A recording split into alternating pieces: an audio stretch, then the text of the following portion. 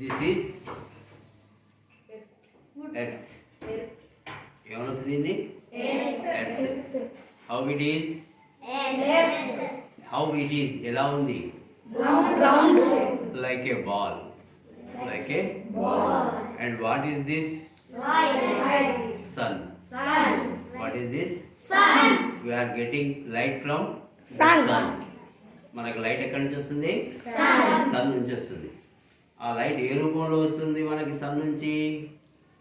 In the form of sun race.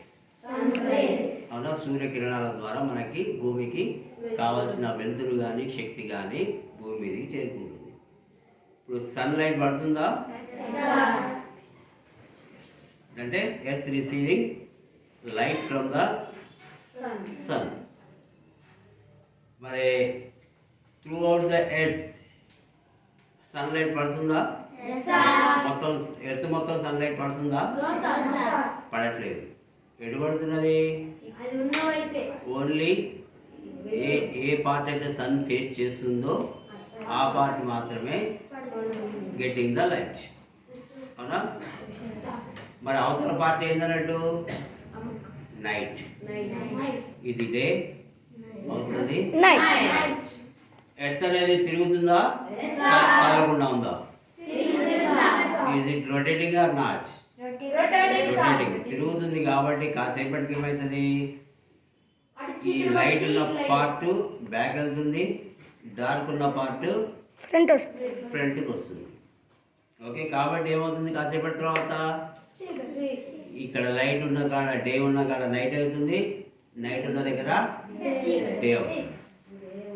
అట్లా మనకి ఉదయం 6 నుంచి సాయంత్రం 6 దాకా డే.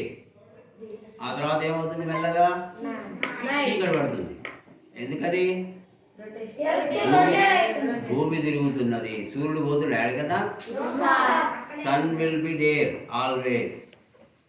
సన్ అనేట కదలడు. ఏం జరుగుతుంది మరి ఇక్కడ? Earth is rotating. భూమి తిరుగుతున్నది కాబట్టి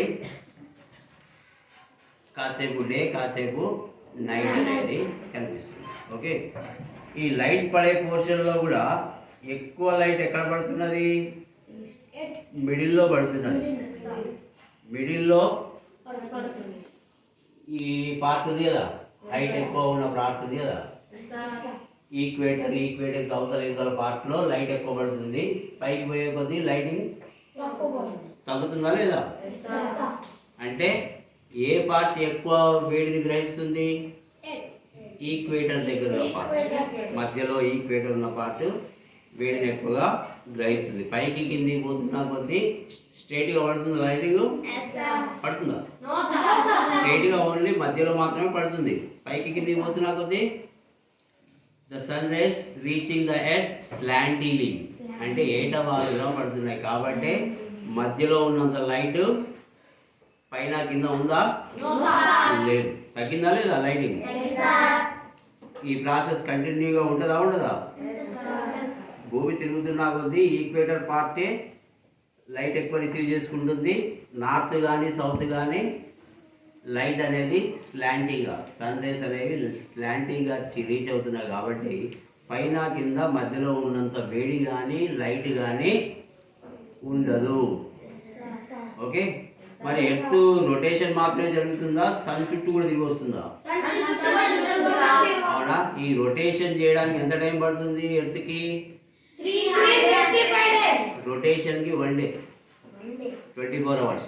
రొటేషన్కి 24 hours. సన్ చుట్టూ తిరిగి రావడానికి ఎంత టైం పడుతుంది? 365 days. అట్లా తిరిగి రావడానికి ఏమంటాం మనం? రెవల్యూషన్. ఏమంటాం? ఒక రెవల్యూషన్ కంప్లీట్ చేయడానికి 1 year పడుతుంది. ఒక సంవత్సరం అంటే 365 days. 365 ప్లస్ 1/4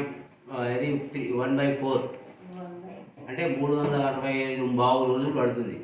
ఆ 4 పావులను కలిపి లీప్ ఇయర్గా ఫిబ్రవరిలో 29 days ఉంటాయి.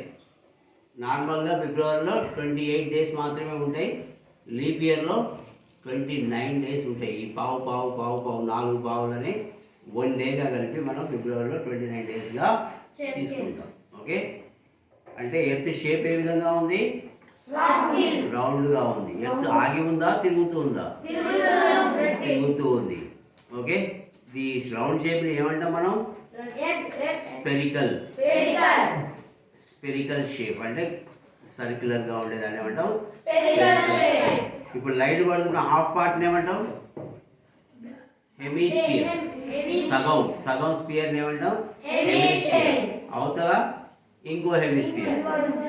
ఓకే, ఈ హెమిస్పియర్ ఏంది? నార్త్ హెమిస్పియర్ ఏంది? సౌత్ హెమిస్పియర్ ఏంది? ఈస్టర్న్ హెమిస్పియర్, వెస్టర్న్ హెమిస్పియర్ ఏంది అనేది మనం బోర్డు మీద డిస్కస్ చేద్దాం. అయితే మనకి ఏం ఐడియా వచ్చింది ఇప్పుడు? ఎర్త్ అనేది గుండ్రంగా ఉంది, ఎర్త్ అనేది తిరుగుతూ ఉన్నది.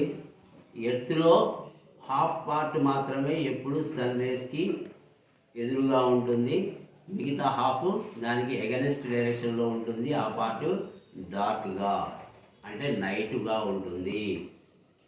ఈ విషయాలు మనకి దీని ద్వారా అర్థమవుతుందా లేదా? ఓకే, మరి ఎందుకు పూర్తిగా పడట్లేదు సన్లైట్ ఎర్త్ చుట్టూ? బాల్ లాగా ఉంది కాబట్టి. అవునా? అదే టేబుల్ లాగా అనుకోండి, టేబుల్ మొత్తం పడుతుందా లేదా లైటింగ్? సేమ్ పూర్తిగా పడుతుందా లేదా? ఫ్లాట్గా ఉంది కాబట్టి పడుతుంది. అదే సర్కిల్గా ఉంటే నో ఛాన్స్. ఎర్త్ కంటే సన్ చాలా పెద్దది. 13 lakhs earth is equal to 1 sun.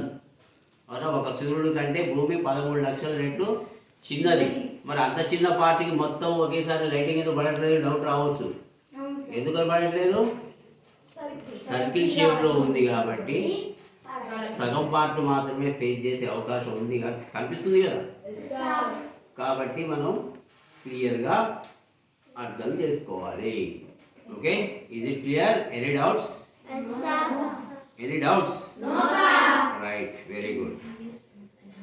Open your windows and doors.